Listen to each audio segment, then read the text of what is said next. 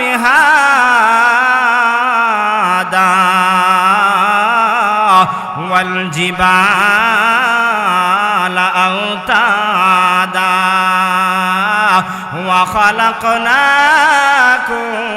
আজওয়াজা। আল্লাহ তাআলা বলেন, বান্দা তোমাদের জন্য জমিনটা বিছায়া বানিয়ে দিলাম।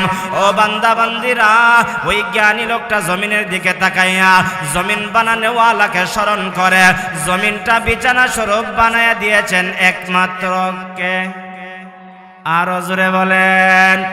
আমার আল্লাহ তাআলা জমিনটা বিছানা বানায় দিলেন, জমিনটা যাতে করে নড়াচড়া না করে, হেলতে থাকে দুলতে থাকে। জমিনটাকে আল্লাহ তাআলা স্থির করার জন্য বড় বড় পাহাড় দিয়া, মনে করেন মৌলভীবাজারের পাহাড়, সিলেটের পাহাড়, শ্রীমঙ্গলের পাহাড়, চট্টগ্রামের পাহাড়, ইন্ডিয়ার বড় বড় পাহাড়, সৌদি আরবের পাহাড়, বড় বড় পাহাড় দিয়ে আমার আল্লাহ ওয়াল জিবালা আওতাদা পেরাক মেরে দিলেন যাতে করে জমিন নড়াচড়া না করে।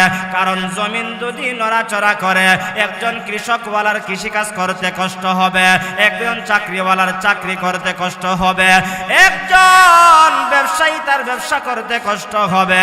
এই জমিনটাকে স্থির একমাত্র রেখে দিয়েছেন কে? الذين يذكرون الله قياما وقعودا وعلى جنوبهم ويتفكرون في خلق السماوات والأرض ربنا ما خلقت هذا باطلا سبحانك فقنا عذاب النار। আল্লাহ রাব্বুল আলামিন জ্ঞানীদের পরিচয় দেন, বুদ্ধিমানের পরিচয় দেন। জ্ঞানী হলো তারা যারা দাঁড়ায়া দাঁড়ায়া আল্লাহকে স্মরণ করে, আল্লাহ পাকের জিকির করে, যারা বসে বসে আল্লাহকে স্মরণ করে, আল্লাহ পাকের জিকির করে, যারা শায়িত অবস্থায় আল্লাহকে স্মরণ করে, আল্লাহ পাকের জিকির করে। এবার আমরা যারা এখানের মধ্যে আছি, যারা দাঁড়িয়ে আছি, যারা এখনো বিছানার মধ্যে আছে, সর্বহালতে যে বা যারা আল্লাহকে স্মরণ করবে, আল্লাহ বলেন এমন স্মরণকারী বান্দার বান্দি হলো আমি আল্লাহ তাআলার কাছে সবচাইতে বড় দামি। ওই জ্ঞানী বান্দারা দাঁড়ায়া বসে শায়িত অবস্থায় আল্লাহ তাআলাকে স্মরণ করে, আল্লাহ তাআলার বানানো আসমানের দিকে তাকায়। আমার আপনার মাথার উপরে 7টা আসমান আছে। আল্লাযী খালাকা সাবআ সামাওয়াতিন তিবাকা, স্তরে স্তরে আমার আপনার মাথার উপরে 7টা আসমান স্থাপন করে রেখে দিয়েছেন একমাত্র কে?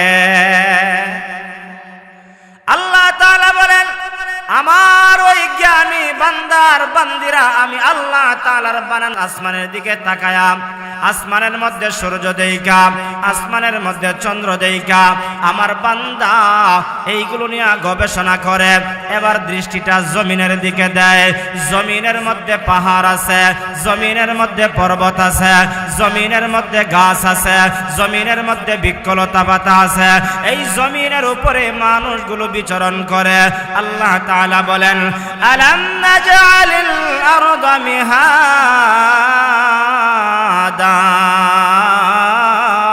ওয়াল জিবালা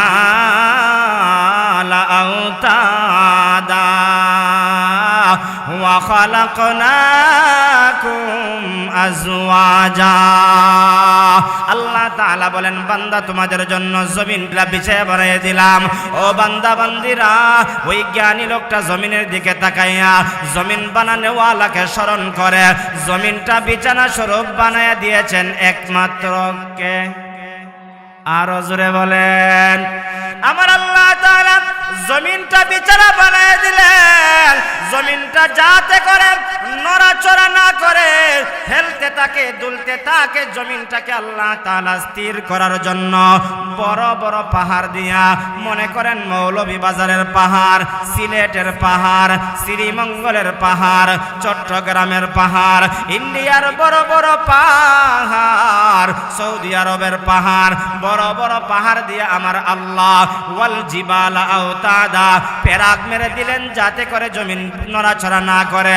কারণ জমিন যদি নড়াচড়া করে একজন কৃষকওয়ালার কৃষিকাজ করতে কষ্ট হবে, একজন চাকরিওয়ালার চাকরি করতে কষ্ট হবে, একজন ব্যবসায়ী তার ব্যবসা করতে কষ্ট হবে। এই জমিনটাকে স্থির একমাত্র রেখে দিয়েছেন কে? আরো জোরে আওয়াজ দিয়া বলেন কে? মাঝে মাঝে স্থির জমিনটাকে আল্লাহ একটু নাড়া দিয়া দেখান। ও পৃথিবীর মানুষেরা, যেই জমিনটা আমি আল্লাহ স্থির করে রেখে দিয়েছি, মাঝে মাঝে আমি একটা হালকা নাড়া দিয়ে দেখাই। নাড়া দেওয়ার সঙ্গে সঙ্গে 10 তলার বিল্ডিং এর মানুষ নিচতলায় চলে আসে, 10 তলা বিল্ডিং কম্পমান শুরু হয়ে যায়, ভাঙ্গে চূর্ণ বিচূর্ণ হয়ে জমিনে পড়ে যায়। ও মুসলমান, একটা জবানও বন্ধ রাখবেন না। যেই জমিনটা আল্লাহ স্থির করলেন, ওই জমিনটাকে নড়াচড়া করার ক্ষমতা একমাত্র কার? আরো জোরে বলেন কার?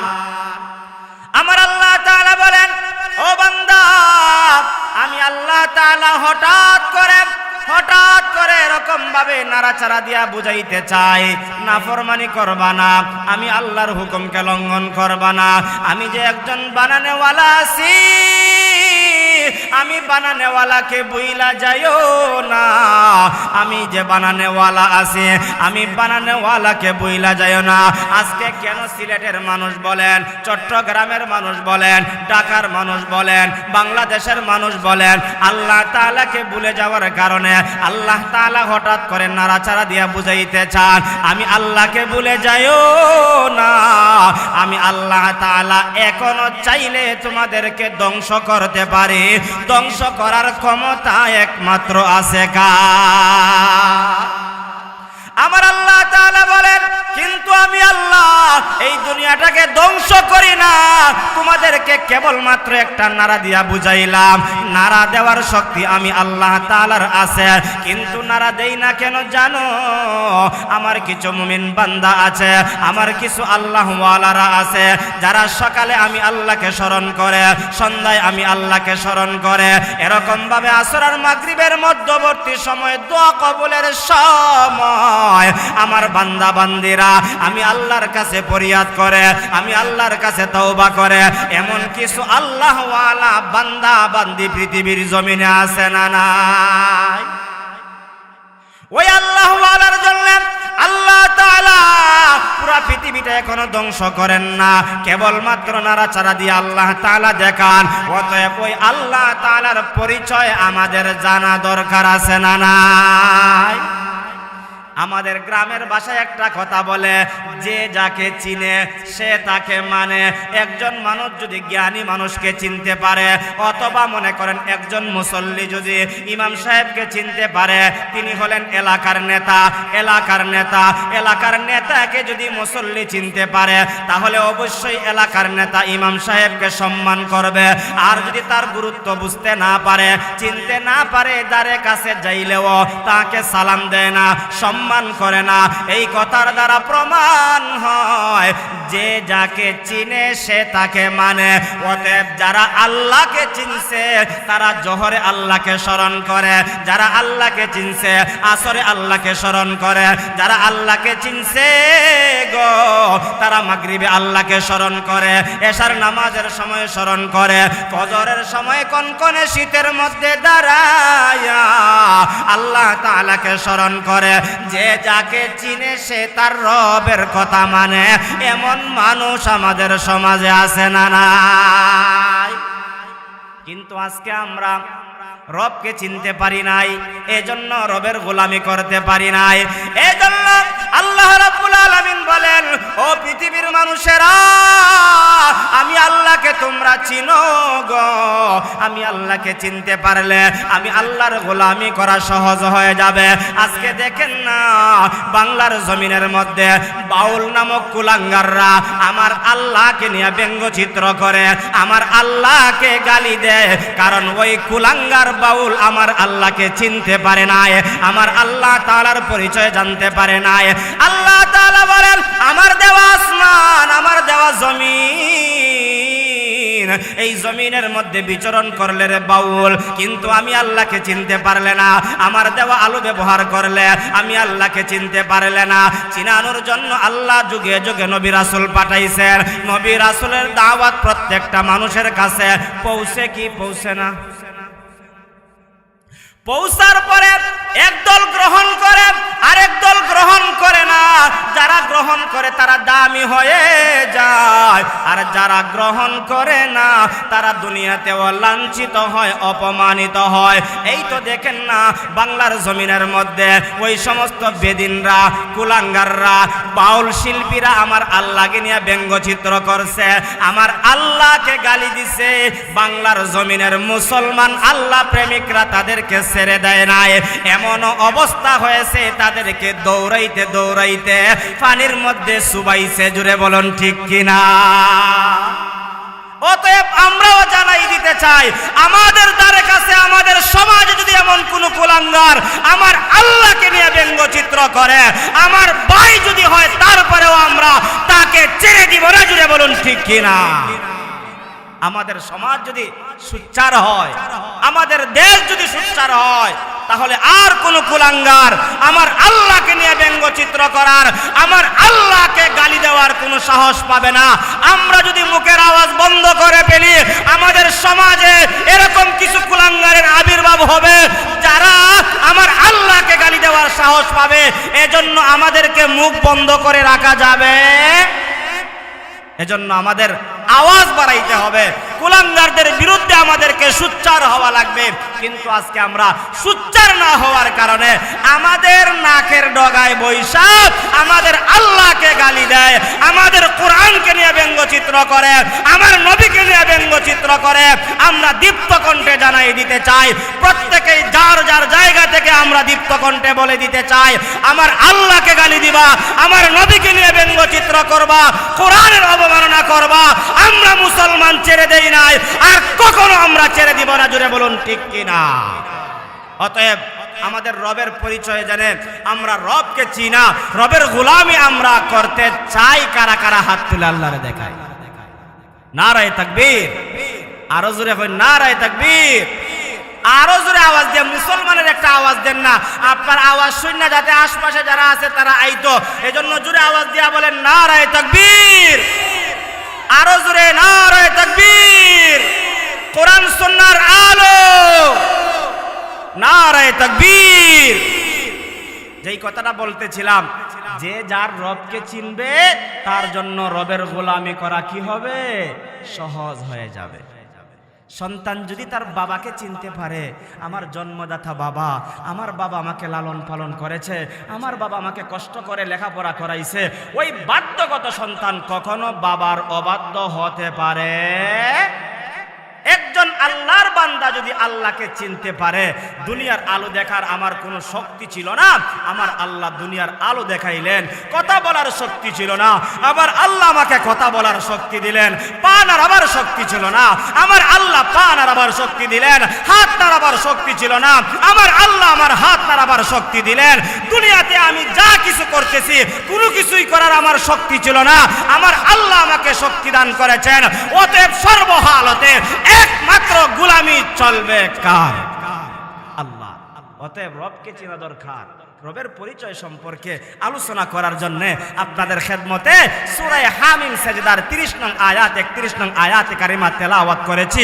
ওই আয়াতের মধ্যে আল্লাহ তাআলা শুরুতেই বলেন, ইন্নাল্লাযীনা ক্বালু রাব্বুনাল্লাহ,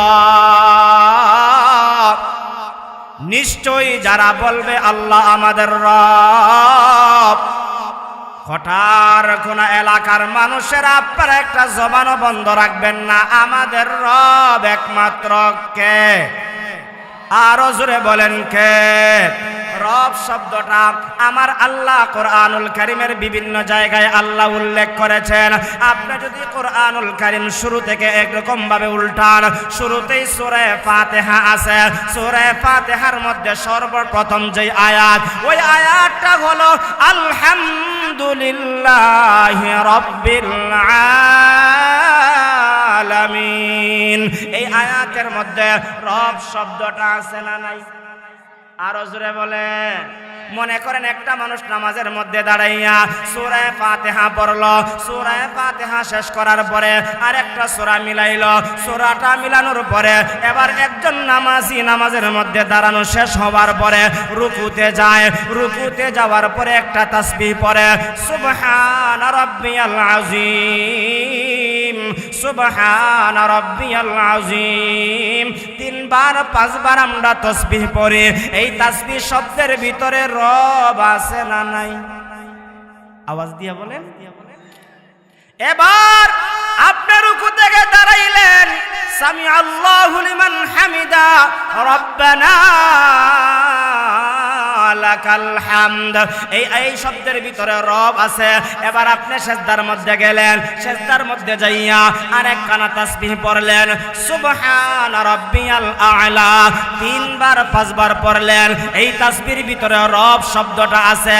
সংক্ষিপ্ত কথা, মনে করেন আপনি নামাজ শেষ করলেন, আসসালামু আলাইকুম ওয়া রাহমাতুল্লাহ, ডান দিকে সালাম ফিরাইলেন, আসসালামু আলাইকুম ওয়া রাহমাতুল্লাহ, বাম দিকে সালাম ফিরাইলেন। সালাম ফিরানোর পরে ইমাম সাহেব দোয়া করলেও দেখা যায় এই দোয়াটি পরে, আপনি দোয়া করলেও দেখা যায় আপনিও সেই দোয়াটা করেন, রব্বানা যালামনা আনফুসানা ওয়া ইল্লাম তাগফির লানা, রব্বানা আতিনা ফিদ দুনিয়া হাসানা, রব্বানা ফাগফির লানা যুনুবানা, রব্বানা ওয়া আতিনা মা ওয়া'আদতানা, রব্বানা ওয়াজআলনা মুসলিমাইনি লাকা ওয়া মিন যুররিয়াতিনা। এরকম ভাবে দোয়া পড়তে পড়তে যে এমন দোয়া পারে না, এই দোয়াটা কেবল মাত্র পারে মা আর বাবার জন্য দোয়া করে, রব্বির হামহুমা কামা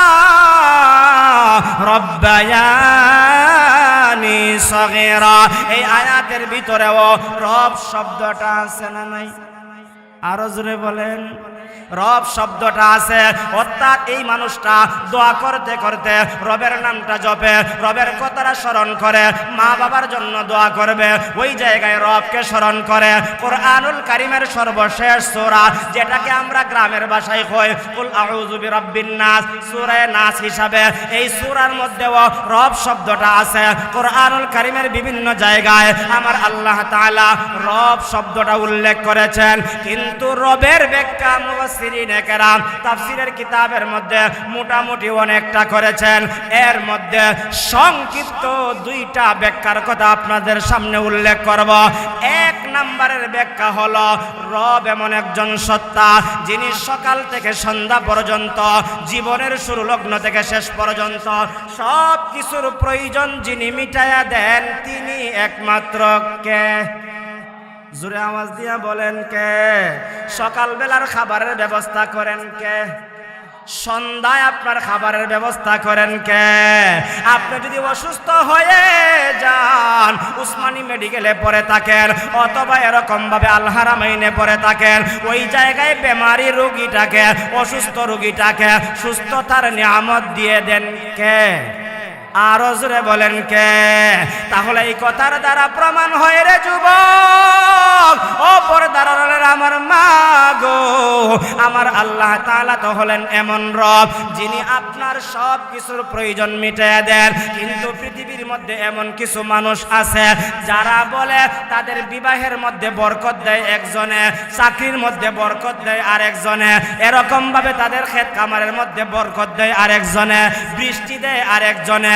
কিন্তু আমরা বিশ্বাস করি মুসলমান, আমাদের সব কিছুর প্রয়োজন একজনে মিটিয়ে দেন, তিনি একমাত্র কে?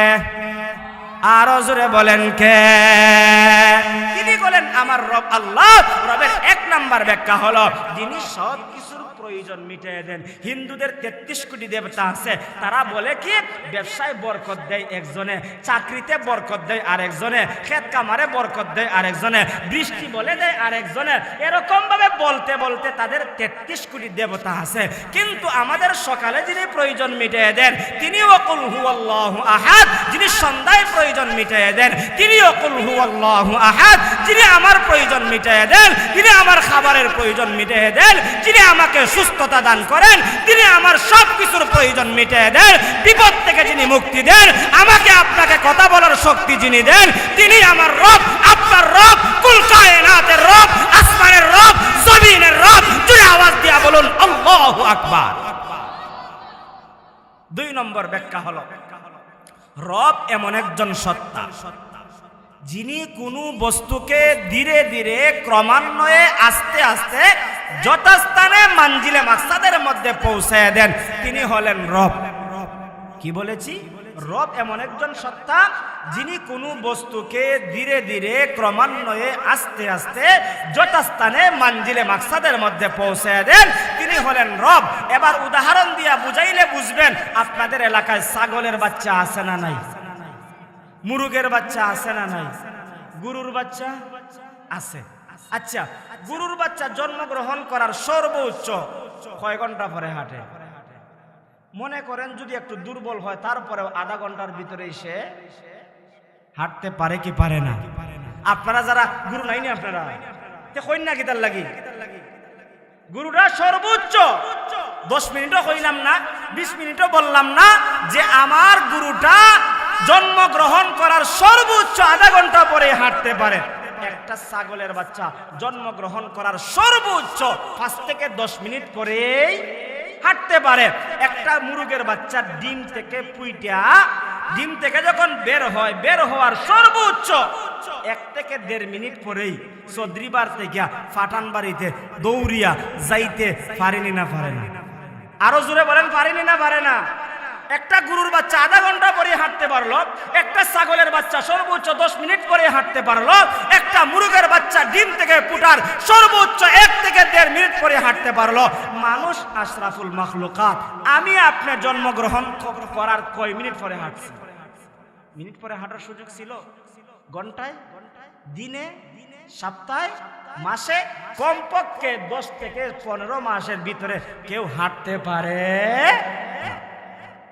তো আল্লাহ তাআলা সেই কথাটাই বুঝান, মানুষকে যদি জন্মগ্রহণ করার পরেই আল্লাহ হাঁটার শক্তি দিয়ে দিতেন, আজ যেরকম ভাবে নাস্তিকরা আল্লাহকে আল্লাহ বলতে রাজি না, হয় কি আসমান এমনি এমনি হয়ে গেছে, জমিন এমনি এমনি হয়ে গেছে, পাহাড় পর্বত এমনি এমনি হয়ে গেছে, এরকম কথা আপনারা শুনছেননি? কোনো সময় শুনেন নাই?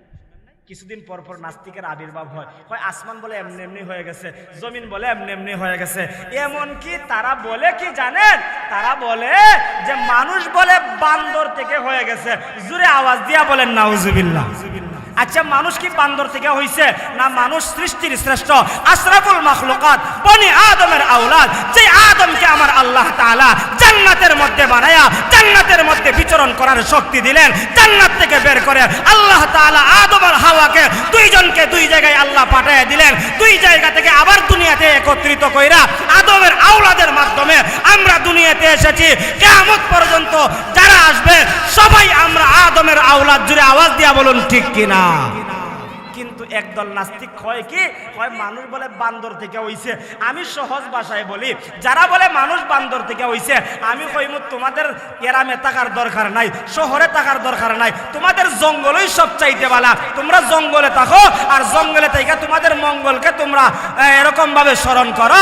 তোমরা বানরের বাচ্চা হয়ে থাকো, আমরা বানরের বাচ্চা হয়ে থাকতে চাই না, আমরা আল্লাহর বানানো সৃষ্টির শ্রেষ্ঠ মাখলুক হতে চাই। জুড়ে বলুন ঠিক কিনা?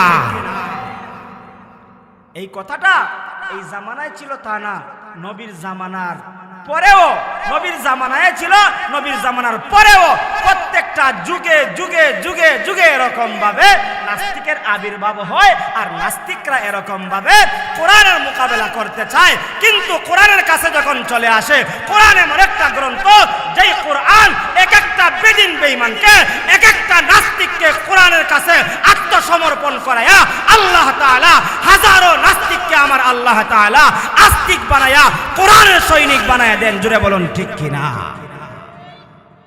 জামানার ইমামে আজম ইমাম আবু হানিফা রাহমাতুল্লাহি আলাইহির জামানায় এমন অবস্থা হয়েছিল যে ইমামে আজম আবু হানিফা রাহমাতুল্লাহি আলাইহির অনুসরণ করে আজকে আমরা নাভির নিচে হাত বাঁধি, আজকে আমরা এরকম ভাবে তাকবীরে তাহরিমা বলি, সূরা ফাতিহা পড়ি, ফাতিহার সঙ্গে সূরা মিলে মিলে নামাজ পড়ি।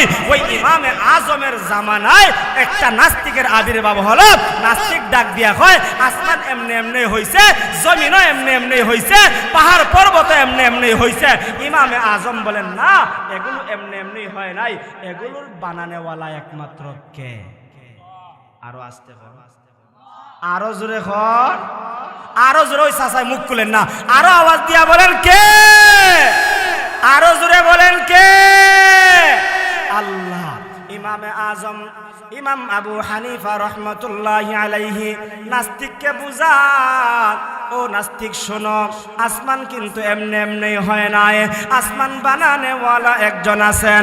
জমিন কিন্তু এমনি এমনি হয় নাই, জমিন বানানেওয়ালা একজন আছেন। পাহাড় কিন্তু এমনি এমনি হয় নাই, পাহাড় বানানেওয়ালাও একজন আছেন।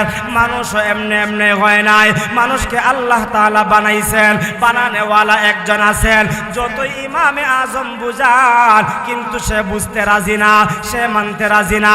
এবার ইমামে আজম আবু হানিফা বললেন, তুমি যেহেতু মানতে রাজি না, তোমার সঙ্গে চূড়ান্ত একটা ফয়সালা হয়ে যাবে, চূড়ান্ত একটা মোকাবেলা হয়ে যাবে। তোমার মোকাবেলায় তুমি প্রমাণ করবা কেউ নাই, আমি প্রমাণ করব আসমান বানানেওয়ালা একজন আছেন। মনে করেন আগামীকাল সকালবেলা সকাল 10টার সময় আপনাদের ঈদগাহের মাঠের মধ্যে চূড়ান্ত ফয়সালা প্রমাণ আনবে ইমামে আজম, তিনিও তিনার প্রমাণ আনবে। ঘটনাক্রমে সকাল 10টা হয়ে গেল, কিন্তু নাস্তিক উপস্থিত হয়ে গেছে। ইমামে আজম আবু হানিফা আসতে একটু বিলম্ব হয়ে গেছে, লেট হয়ে গেছে। এরকম বিলম্ব লেট মানুষের হয় কি হয় না? মনে করেন আপনি কইছেন আইবেন ঠিক 3টার সময়, রাস্তায় একটা সমস্যা হয়ে গেছে, সমস্যা হওয়ার কারণে আপনার 3:10 বেজে গেছে অথবা 15 বেজে গেছে। এটা রাস্তার সমস্যার কারণে হয়েছে, ব্যক্তির জন্য হয় নাই। ইমামে আজম আসতে একটু লেট হয়ে গেছে, আর লেট হওয়ার কারণে নাস্তিক মনে মনে কেন প্রকাশ্যে বলতে আরম্ভ করছে, মনে হয় ইমামে আজম কোনো প্রমাণ পায় নাই, কোনো যুক্তি পায় নাই, সেজন্য আসে নাই। এই কথাটা বলতে না বলতে ইমামে আজম আবু হানিফা তার সামনে উপস্থিত হয়ে গেছেন। একটা জবানও বন্ধ রাখবেন না, আওয়াজ দিয়া বলি আল্লাহু আকবার। ইমামে আজম ইমাম আবু হানিফা রাহমাতুল্লাহি আলাইহি এবার যখন নাস্তিকের একবারে কাছাকাছি চলে আসলেন, নাস্তিকের কাছে আসার পরে নাস্তিক ডাক দিয়া বলেন, না না না, তুমি যেহেতু সময় মতো আসছো না, তোমার সঙ্গে আর মোকাবেলা করব না, তোমার সঙ্গে আর বাহাস করব না, তোমার সঙ্গে আর তর্কে লিপ্ত হব না। ইমামে আজম বললেন, আচ্ছা ঠিক আছে, তুমি যেহেতু না করতেছ তাহলে তোমার সঙ্গে আর মোকাবেলা করব না।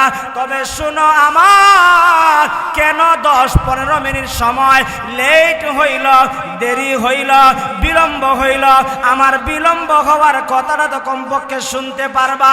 ইমামে আজমের কথা শুই না এবার নাস্তিক ডাক দিয়া বলে, আচ্ছা ঠিক আছে, তোমার কেন বিলম্ব হইল, তোমার কেন লেট হইল, তোমার লেটের দেরিটা হওয়ার কারণটা তুমি এবার বলো। ইমামে আজম আবু হানিফা রাহমাতুল্লাহি আলাইহি বলেন, ও নাস্তিক শোনো, আসার পথে একটা নদী পড়ে গেল, নদীটা কেমনে পার হব আমি তো টেনশনে পড়ে গেলাম, চিন্তায় পড়ে গেলাম। যেই নদীর মধ্যে কোনো হাকম নাই, যেই নদীর মধ্যে কোনো ব্রিজ নাই, যেই নদীর মধ্যে কোনো নৌকা নাই, আমি পেরেশান পেরেশান। আমি তো তোমার সঙ্গে ওয়াদা দিয়েছি আমি তোমার কাছে চলে আসব, কিন্তু কেমনে আসব, কিভাবে আসব?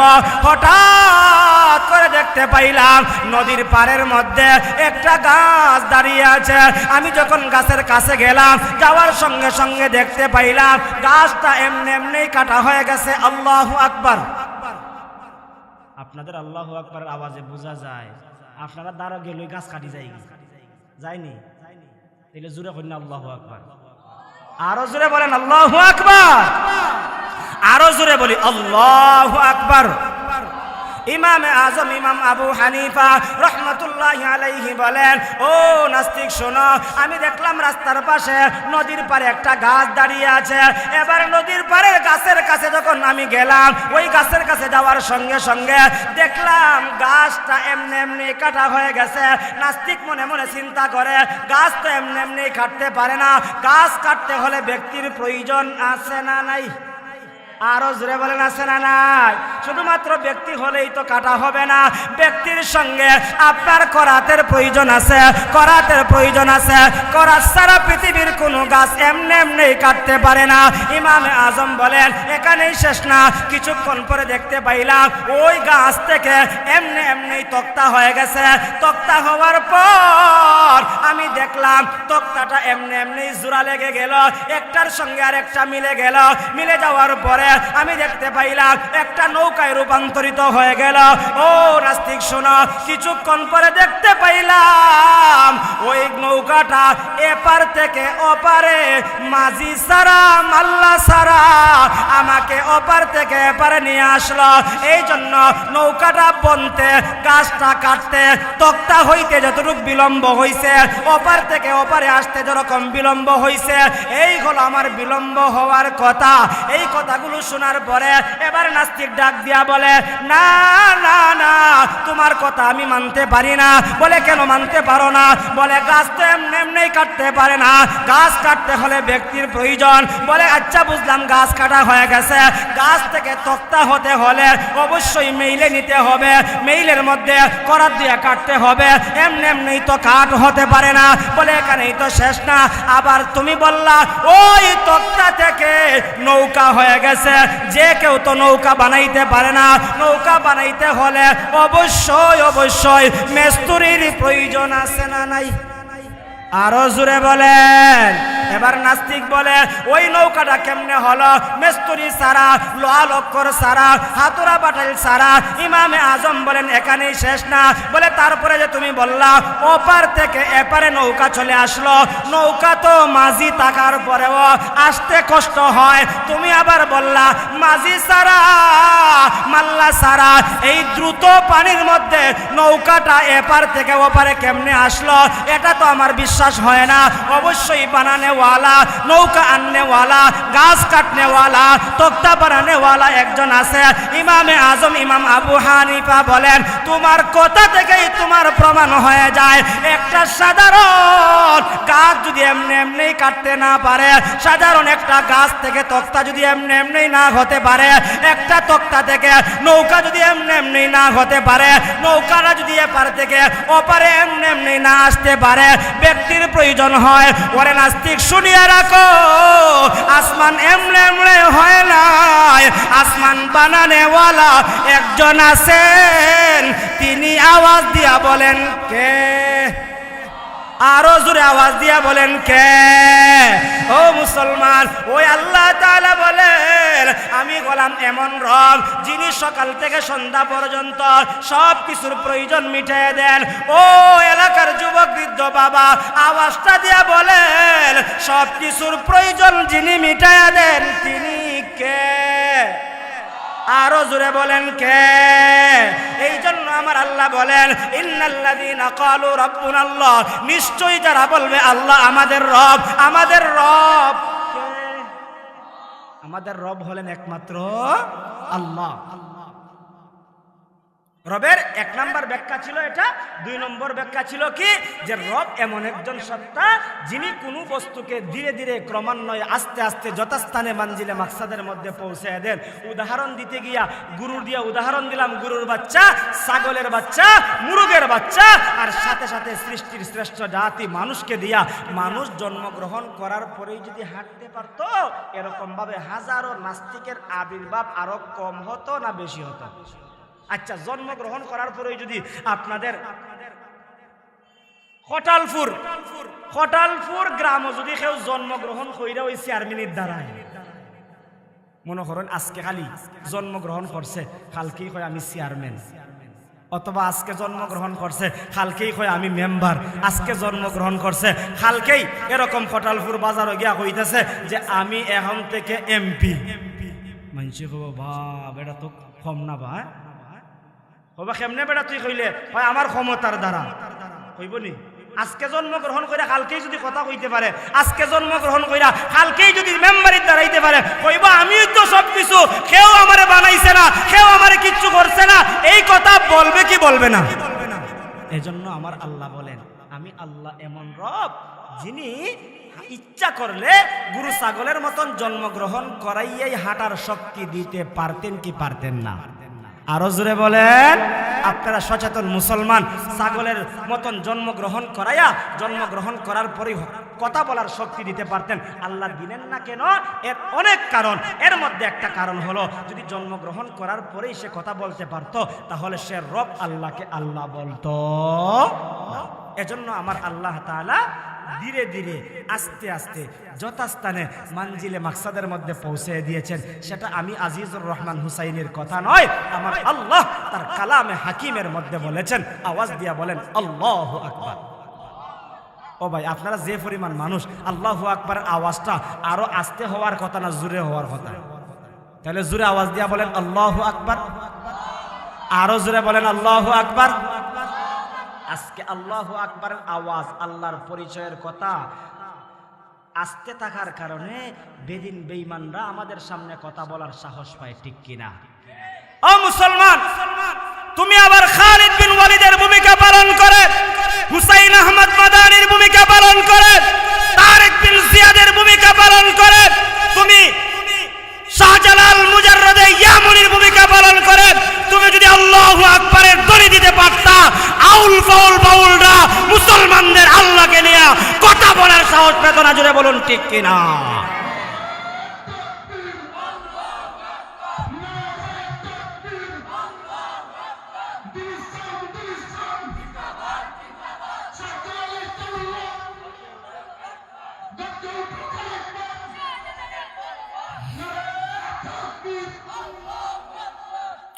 আজকে মুসলমানদের মুখের আওয়াজ, বুকের হিম্মত, ইমানি তাকাত, ইমানি চেতনা, ইমানি উদ্দীপনা, অটল অবিচল আজ মুসলমান হারিয়ে ফেলার কারণে আজ মুসলমান জায়গায় জায়গায় লাঞ্ছিত, অপমানিত, পদদলিত। জুড়ে বলুন ঠিক কিনা?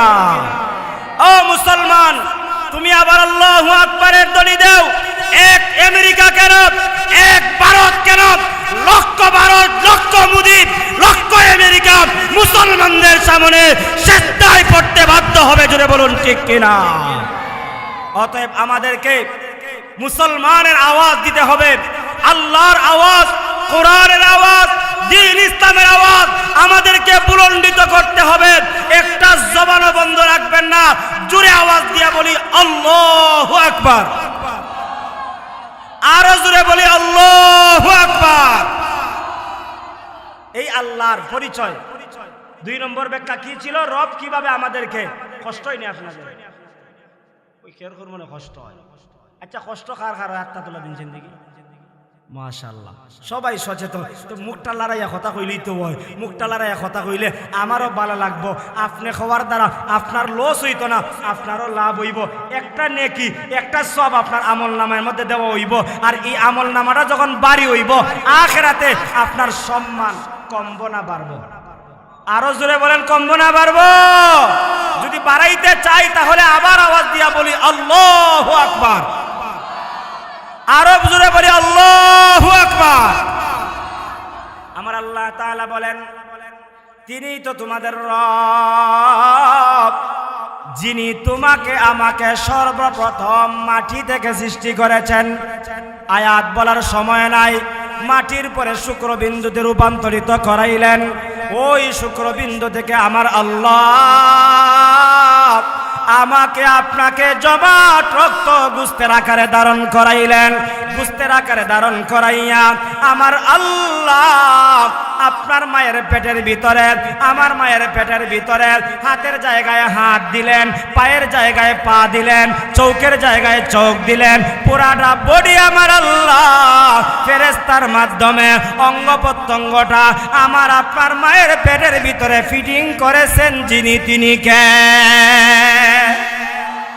আমার আল্লাহ তাআলা যদি আমার মায়ের পেটের ভিতরে অথবা আপনার মায়ের পেটের ভিতরে হাতের জায়গায় হাতটা না দিয়া একটা হাত দিয়া দুনিয়াতে পাঠাইতেন, দুনিয়ার কোনো শক্তি, দুনিয়ার কোনো ক্ষমতা, দুনিয়ার কোনো টাকাওয়ালা পয়সাওয়ালা, দুনিয়ার কোনো ক্ষমতাওয়ালা আল্লাহর বানানো হাতের মতন একটা হাত দিতে পারবে?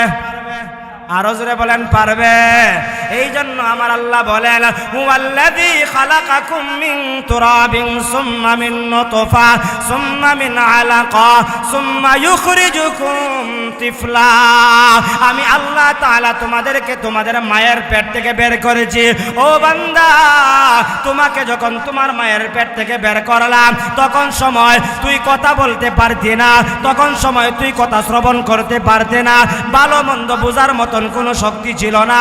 ওই কথাটাও আমার আল্লাহ কালামে হাকিমের মধ্যে বলেন ওয়াল্লাহু আখরাজাকুম মিন বুতুনি উম্মাহাতিকুম লা তা'লামুনা শাইআ ওয়া জা'আলা লাকুমুস সামআ ওয়াল আবসারা ওয়াল আফইদাতা লা'আল্লাকুম তাশকুরুন।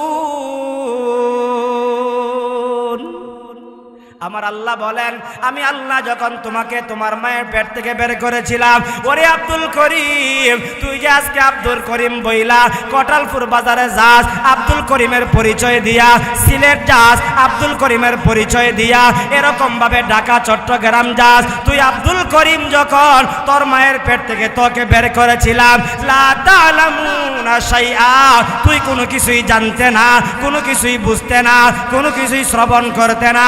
আল্লাহ বলেন আমি আল্লাহ তোকে শ্রবণ শক্তি দিলাম, ওই কান আল্লাহর দেওয়া, ওই কান দিয়া গান বাজনা শুনবো নাকি আল্লাহর কথা শুনবো? আল্লাহর কথা শুনবো। আজকে যে আউল ফাউল বাউলরা আল্লাহর দেওয়া কান দিয়া আল্লাহর বিরুদ্ধে কথা একদলে বলে আর একদলে শ্রবণ করে, এই কানের হিসাব আল্লাহর কাছে দেওয়া লাগবে কি লাগবে না? আরো জোরে বলেন লাগবে কি লাগবে না? এরপরে আমার আল্লাহ বলেন ওয়াজআলা লাকুমুস সামআ ওয়াল আবসারা ওয়াল আফইদা। ও মুসলমানেরা, ও কটালপুর এলাকার যুবক বৃদ্ধ বাবা, আপনাকে আমার আল্লাহ দুইটা চক্ষু দান করেছেন। ওই দুইটা চক্ষু দিয়া কটালপুর বাজার চিনলা, তোমার জমি চিনলা, সিলেট শহর চিনলা, আল্লাহর ঘর মসজিদে তুমি চিনলা না। ওই দুইটা চক্ষুর হিসাব আমার আল্লাহর কাছে দেওয়া লাগবে কি লাগবে না? ও মুসলমান, মাগরিবের আগ মুহূর্তে আর একটা কথা বলি আমি শেষ করে দিব। আজকে যেই অন্তর দিয়া ভালো আর মন্দ বুঝো, সত্য আর মিথ্যার মধ্যে দুনিয়ার পার্থক্য করো, এই জবান এই কান দেওয়ার পরে আমার আল্লাহ তোমাকে অন্তর দিলেন, অন্তর দিয়া দুনিয়ার ভালো মন্দ বুঝলা আর আখিরাতের জন্য কোরআন তেলাওয়াত আর গানের মধ্যে পার্থক্য করতে পারলা না। এই দিলের হিসাব, অন্তরের হিসাব রব্বে কারীমের দরবারে দেওয়া লাগবে কি লাগবে না? আরেকটু জোরে এখন লাগবে কি লাগবে না? এই চোখ আল্লাহর দেওয়া, কান আল্লাহর দেওয়া, কলব অন্তর আল্লাহর দেওয়া। আল্লাহর দেওয়া কলবটা পাইলাম, দুনিয়ার সব কিছু বুঝলাম, কিন্তু আল্লাহকে চিনলাম না, আল্লাহ সম্পর্কে জ্ঞানটা হাসিল করতে পারলাম না। কলব দিয়া অন্তর দিয়া দুনিয়ার সব দেখলাম, চক্ষু দিয়ে আল্লাহর কালাম দেখতে পারলাম না, আল্লাহর ঘর মসজিদ দেখতে পারলাম না, আল্লাহর ঘর কানায় কাবা বাইতুল্লাহ দেখতে পারলাম না। আল্লাহ আমাকে আপনাকে কান দিল, ওই কান দিয়ে আল্লাহর কালাম তেলাওয়াত শ্রবণ করতে পারলাম না, গান বাজনা শ্রবণ করলাম। একদিন জেনে রাখো মুসলমান, দুনিয়ার হায়াত শেষ হয়ে যাবে, আল্লাহ তাআলার দরবারে আপনার কানের হিসাব, আপনার চোখের হিসাব, আপনার অন্তরের হিসাব না দেওয়া পর্যন্ত আল্লাহর দরবার থেকে বাঁচতে পারবে। এজন্য যে আল্লাহ আমাকে আপনাকে অস্তিত্বহীন থেকে অস্তিত্ব দান করলেন। অস্তিত্বহীন বলতে আমার কোনো নাম নিশানা ছিল না, আপনার কোনো নাম নিশানা ছিল না। আল্লাহ তাআলা বলেন সুম্মা ইউখরিজুকুম তিফলা, শিশুরূপে আমি আল্লাহ তোমাকে দুনিয়াতে পাঠাইলাম। শিশুরূপে দুনিয়াতে পাঠানোর পরে আল্লাহ তাআলা সারা জীবন শিশু রাখেন নাই। সুম্মা ইউখরিজুকুম তিফলান সুম্মা লিতাবলুগু আশুদ্দাকুম, আমার আল্লাহ বলেন ও পৃথিবীর মানুষেরা, আমি আল্লাহ শিশুরূপ থেকে তোমাদেরকে যৌবনে পদার্পণ করাইলাম। যৌবনে সারা জীবন কাউকে আল্লাহ রাখেন নাই। যৌবন থেকে সুম্মা লিতাকুনু শুয়ুখা, বৃদ্ধে রূপান্তরিত একমাত্র করাইছেন কে? যেই সমস্ত আমার চাচার বয়সী বাবারা আছেন, যাদের দাড়িগুলো পেকে গেছে, চামড়াগুলো ডিল হয়ে গেছে, আপনিও তো একদিন যুবক ছিলেন। ও যুবক ভাই, তুমি আজকে যুবক আছো, তোমার দিকে তুমি তাকায়া বলো, তোমার যে আজকে যৌবন রয়েছে, তুমি তো একদিন শিশু ছিলা। ও শিশুরা তোমরা শোনো, তুমি যে শিশু আজকে আসো, কিছুদিন পূর্বে তো তুমি শিশু ছিলে না, তুমি তোমার মায়ের পেটের মধ্যে ছিলে। তোমার মায়ের পেটের ভিতরে দিকে তুমি চিন্তা করো, তোমার মায়ের পেটের ভিতরে আমার আল্লাহ তাআলা 4 মাস দেওয়ার পরে তোমার জানটা দিয়েছে, তোমার জবানটা দিয়েছে, কান দ্বারা শ্রবণ শক্তিটা আল্লাহ দিয়েছে। ওই জায়গায় যদি একটা ব্লক করে দিত, ব্লক তো এখন বুঝেন যারা ইয়াং যুবকরা আছেন, ওই জায়গায় যদি আমার আল্লাহ কানটা ব্লক করে দিতেন, চক্ষুটা ব্লক করে দিতেন, অন্তরটা ব্লক করে দিতেন, দুনিয়ার কোনো শক্তি ছিল না ব্লক খোলার মতন। এইখানে তো দুনিয়ার নীতি প্রথা অনুযায়ী ব্লক করলে যে পারদর্শী আছে তার কাছে গেলে সে ব্লক খুলে দেয়। আল্লাহ যদি ব্লক করে দেন, এই ব্লক খোলার মতন শক্তি পৃথিবীর কারো নাই। অতএব আল্লাহর দেওয়া কান, আল্লাহর দেওয়া জবান, আল্লাহর দেওয়া চক্ষু একমাত্র ব্যবহার হবে কার জন্যে? আরো জোরে আওয়াজ দিয়া বলেন, কার জন্যে? আল্লাহর জন্য হবে। যেহেতু সময় মোটামুটি কাছে গেছে, আজানেরও সময় হয়ে গেছে, কথা আর লম্বা করলাম না। 1 নাম্বার কথা কি ছিল? আল্লাহকে রব বলে স্বীকার করতে হবে। রবের পরিচয় সংক্ষিপ্তভাবে আমরা জানলাম। যারা রবের পরিচয় জানবে তারা একমাত্র গোলামি করবে কার? আরো জোরে বলেন, কার?